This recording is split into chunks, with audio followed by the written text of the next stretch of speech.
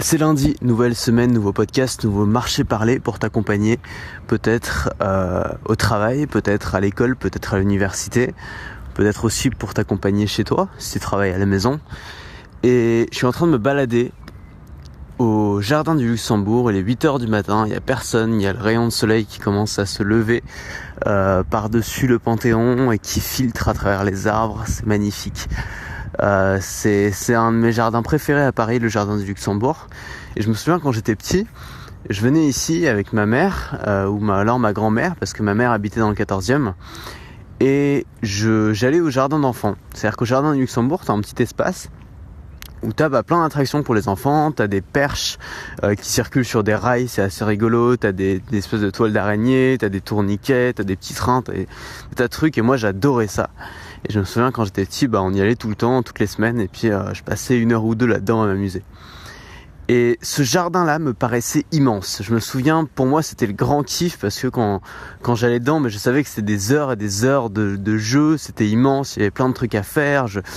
Et il y avait ma mère qui m'attendait de l'autre côté des grilles, et à chaque fois, pour la retrouver, ça me prenait un temps fou parce que le parc était immense, tu vois.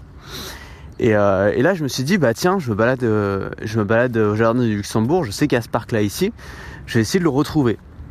J'ai fait le tour du parc, j'ai fait le tour du jardin, je le vois pas, je vais dans tous les recoins, je me dis, mais c'est pas possible, ils l'ont supprimé, ils l'ont détruit, c'est dommage, c'était bien. Et là, j'arrive devant un plan et je vois qu'il est dans un coin, donc je vais dans ce coin-là et là, je le vois. Je vois ce jardin d'enfants dans lequel j'ai passé des heures et des heures quand j'étais petit, cet immense jardin d'enfants. Et j'arrive devant et... surprise, ce jardin d'enfants est microscopique. Il est minuscule. C'est un tout petit jardin. Avec la toile d'araignée, elle est beaucoup plus petite que ce que je pensais. Les perches sur les rails, ça fait 5 mètres, tu vois, alors que je pensais que c'était immense. Tu peux faire le tour du jardin en littéralement 2 minutes. Tu vois de l'autre côté, c'est un petit jardin, tu vois, c'est pas du tout un grand jardin d'enfants comme je le pensais. Et je me suis rendu compte que c'était quelque chose qui arrivait assez souvent, c'était de voir quelque chose comme très grand quand on est enfant, et quand on grandit, de revoir cette chose-là et s'apercevoir qu'en fait cette chose-là est toute petite, toute simple. Et quand on est enfant, on voit tout en plus grand. Alors évidemment, c'est parce qu'on est plus petit, mais c'est aussi parce qu'on n'a pas encore l'expérience qu'on a, on connaît pas encore suffisamment de choses, on n'a pas encore toutes les ressources nécessaires pour appréhender le réel. Et donc on a une autre vision de la réalité, on a une vision de la réalité où tout est beaucoup plus grand. Et ça m'a fait penser, à la base je comptais pas faire de podcast aujourd'hui parce que je prépare une formation, mais ça m'a fait penser à une métaphore, et j'ai trouvé que ça faisait une belle métaphore, et du coup j'ai voulu faire un petit marché parler. Tu m'excuses si j'ai du mal à parler, c'est juste parce qu'il fait 7 putains de degrés et que je me les caille. Et là le soleil vient tout juste de se lever, donc j'essaye de rester dans son rayon. Mais du coup c'est pas facile pour moi de faire notamment les P et les B et tout ce qui va avec, donc voilà, tu me pardonneras. Donc en fait cette histoire du fait que quand on est enfant, on voit tout beaucoup plus grand que quand on est adulte, en fait c'est un peu pareil pour tout, c'est un peu pareil pour les choses qu'on fait, pour les choses qu'on envisage, pour les projets qu'on entreprend. C'est-à-dire qu'au début, on a l'impression que c'est immense. Au début, on a l'impression que c'est... Voilà, pour en faire le tour, il va nous falloir des années et des années, c'est gigantesque. Par exemple, si tu veux créer ton entreprise, tu te dis, mais oh là là, tu penses aux entrepreneurs, tu penses à Steve Jobs, tu te dis, putain, mais je suis pas encore Steve Jobs, quoi, il me reste un bon boulot devant moi. Tu veux, ou même, tu veux, je sais pas, tu veux entrer dans telle école et ça te fait peur, ou alors tu veux faire tel boulot, rentrer dans telle entreprise et ça t'angoisse, ou alors tu veux sortir avec telle personne et tu te dis j'y arriverai jamais, je suis pas assez bien, je suis trop petit, tu vois, tous ces objectifs te paraissent immenses, te paraissent juste pas à ta portée, comme si t'étais un enfant de 5 ans qui va attraper un pot de confiture en haut d'un immense meuble massif en chêne, tu vois, qui se dresse devant toi, et tu te dis mais comment je vais bien pouvoir faire pour récupérer ce pot de confiture.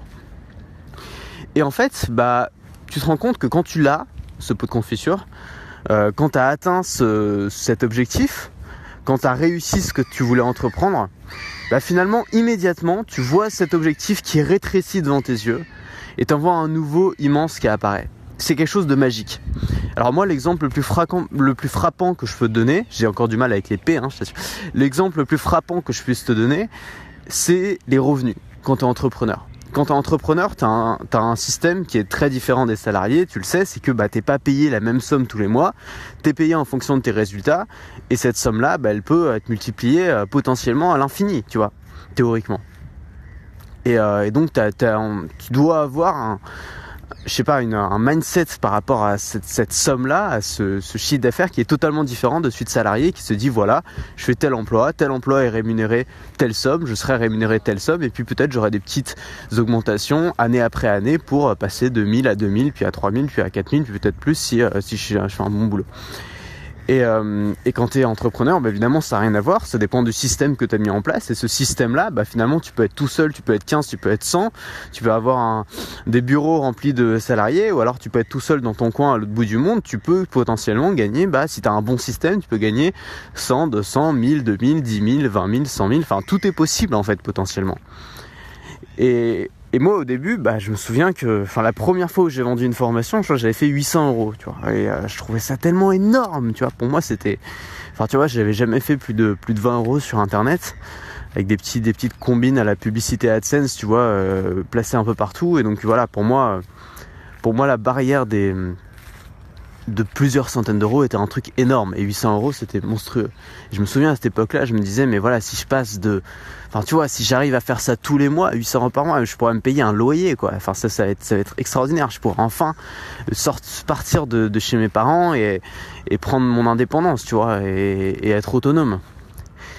Malgré tout, j'ai été très con, c'est-à-dire que j'ai arrêté de lancer des formations, donc j'ai pas fait 800 € tous les mois, même si j'aurais pu, je pense, si j'avais été plus rigoureux. Mais malgré tout, après je suis revenu et j'ai décidé d'en faire mon métier, et donc là j'ai cravaché un peu, j'ai commencé à sortir des formations de manière plus régulière, j'ai commencé à passer la barre des 1000 € par mois, ce qui me paraissait avant mais juste énorme, juste insensé. Et de fil en aiguille, je passais de 1000 à 2000 à 3000, aujourd'hui ça marche vraiment bien, tu vois, je vais pas à me plaindre pour quelqu'un qui est tout seul dans sa boîte, c'est-à-dire que j'ai juste un assistant, tu vois, mais j'ai pas de salarié, j'ai pas d'employé à plein temps, même pas mi-temps, je travaille pas comme un fou. Je me suis rendu compte ce matin que j'étais de plus en plus proche de la semaine de 4 heures de Tim Ferriss, littéralement. Ça veut dire que je travaille pas beaucoup plus que 4 heures par semaine. C'est assez étonnant quand tu te rends compte que tu as presque atteint cet objectif de gosse, alors que tu t'en es même pas rendu compte en fait. C'est un truc très bizarre. Et j'ai des revenus qui sont 100 fois ceux que j'avais au début, tu vois. Et je me suis rendu compte qu'en fait, cet objectif de 1000 € par mois, qui était mon premier objectif, qui est l'objectif de beaucoup de gens qui commencent, c'est normal d'avoir cet objectif-là quand on débute. Aujourd'hui, il me paraît tout petit. C'est-à-dire qu'aujourd'hui, 1000 €, ça me paraît pas beaucoup. Alors je sais que ça peut paraître choquant de dire ça, parce que pour beaucoup de gens 1000 € c'est beaucoup, et j'en suis conscient. Simplement, quand tu les dépasses, au bout d'un moment, ça te paraît pas beaucoup.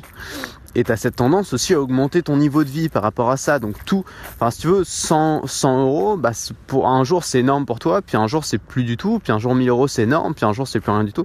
Bref, tu vois, et je pense que si tu demandes ça à des gens qui gagnent beaucoup plus que moi, tu vois, à des multimillionnaires, à des grands entrepreneurs, ou à des gens qui ont fait fortune, pour eux, je suppose que 10 000 € ou même parfois 100 000 € c'est rien du tout, tu vois.